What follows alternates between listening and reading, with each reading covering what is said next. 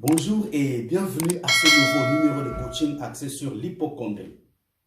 Ces troubles anxieux et obsessionnels qui est composé de deux mots grecs, hypo qui signifie en dessous et chondros qui signifie côte gauche.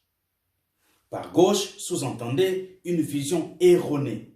C'est donc le fait de percevoir la situation sanitaire avec une vision très erronée. Avec la modernisation, nous parlons bien entendu de la cyberchondrie ou de l'internotose ou encore de l'internochondrie, qui est le fait de vouloir en savoir plus sur ces symptômes à partir des résultats obtenus par des recherches en ligne avec les moteurs de recherche tels que Google qui a pu remplacer le Larousse médical. Donc, l'hypocondrie est un trouble anxieux et obsessionnel focalisé sur la santé.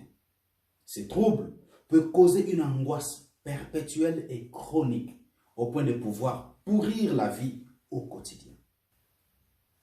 Ces troubles anxieux et obsessionnels amènent le sujet hypocondriaque à interpréter tout petit symptôme comme étant le signe d'une maladie grave, très grave, voire mortelle.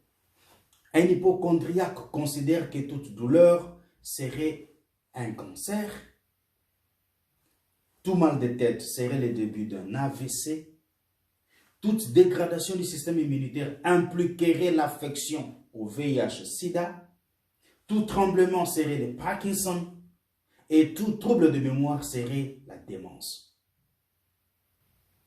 Il existe deux types d'hypocondrie. L'hypocondrie mineure qui se manifeste par des symptômes et l'hypocondrie majeure qui se transforme en troubles psychiatriques.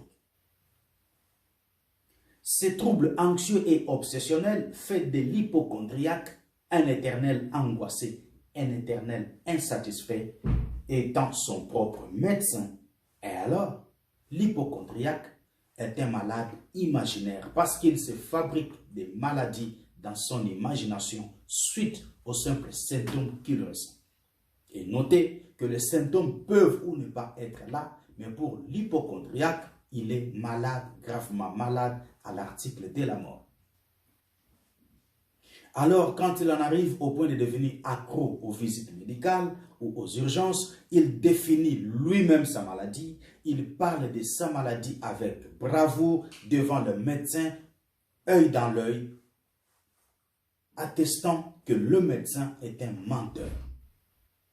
À un autre niveau, l'hypocondriaque ne croit plus aux analyses de laboratoire parce qu'il est son propre médecin et il ne croit qu'en soi-même.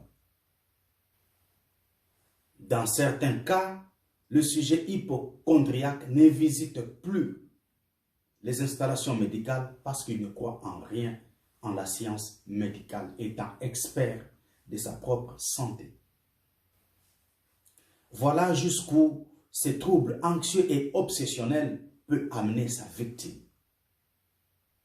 Ça a été un grand plaisir pour moi de cheminer avec vous avec cette partie introductive sur l'hypocondrie.